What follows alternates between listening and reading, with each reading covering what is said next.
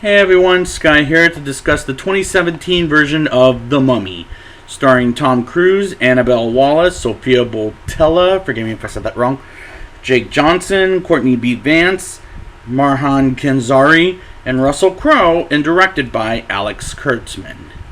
Now, I remember going to movie theaters thinking, was it the same reaction that I got?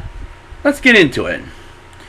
In England, 1127 AD, we bury a priest, which didn't make much sense. Then a minute later, we move on to present day, and Dr. Jekyll, or Henry Jekyll, played by Russell Crowe, explains the story of Princess Amunet, played by Sophia Boutella, and how she became evil and mummified, and she killed a baby, and how can I make sense of that? I honestly can't, because the way it's told doesn't make any sense to me. Nick Morton, played by Tom Cruise, and his partner Sergeant Vale, played by Jake Johnson, get attacked by a bunch of Iraqis, I believe that's what they were, and in my opinion, Tom Cruise is miscast.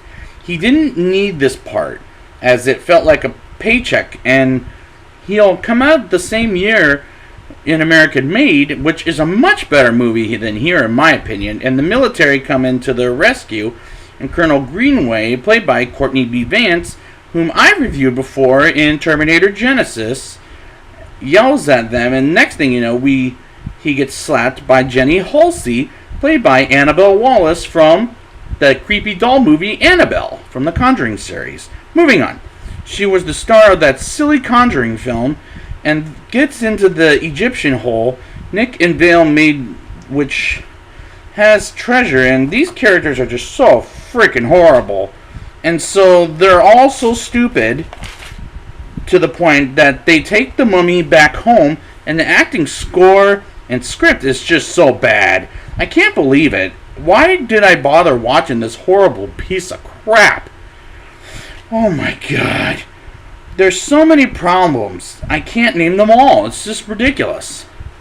Jimmy mentions to the colonel that he did something in her hotel room earlier in the film, or Jenny, excuse me, which was rather odd, first of all. Second of all, Sergeant Vale kills the colonel out of the blue, which was very stupid, and Nick shoots Vale dead when he's possessed by the mummy. And third of all, the plane crashes because of some birds, like hawks, I'll say. And Nick survives, and I'm thinking, how the hell did he survive the crash? It made no sense whatsoever. The England police awakens Amunet and get her mummified body back to normal, and the effects in that scene look horrible. Meanwhile, Nick imagines a dead Vale talking to him, and Jenny tells him about Amunet, and Nick talks with a dead Vale telling him he's cursed, and he runs out of the bar and gets encountered by, who you guessed? The Amunet. And some rats, which turn out to be a dream. And come on, there's no way in hell this plot makes sense, because my head hurts as it doesn't make sense. They go to the place where Amunet's dead body is, and Nick has another dream about, and I'm having a headache at this point, because he's being attacked by mummies, and Jenny comes to the rescue unrealistically. And I swear to God, because it was a dream, I was really getting pissed off at this movie. And I have 55 more minutes to taste this garbage. Oh my God! They get rescued and taken to London by Malik, played by Marwan Kenzari, who's now well known to many people as Jafar in the remake of Aladdin, which I reviewed before. And Nick is introduced to Dr. Jekyll, who's Jenny's boss. And that moment when Russell Crowe turns briefly into Mr. Hyde, I thought it was so bad as a CGI animated monster well known to this world, in my opinion. After Nick has a brief fight with Mr. Hyde, Amunet escapes her cage and rampages the world of London.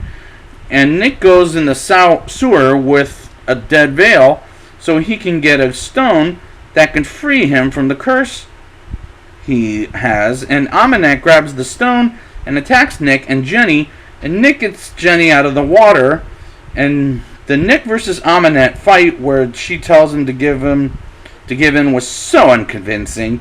Nick kills himself with the stone, and the power of the stone is gone and beats up Aminette and turns her bony, and Nick roars to Jenny to wake her up, and she goes to him and he runs off as he goes to Egypt as a monster, and all this is a very poor climax.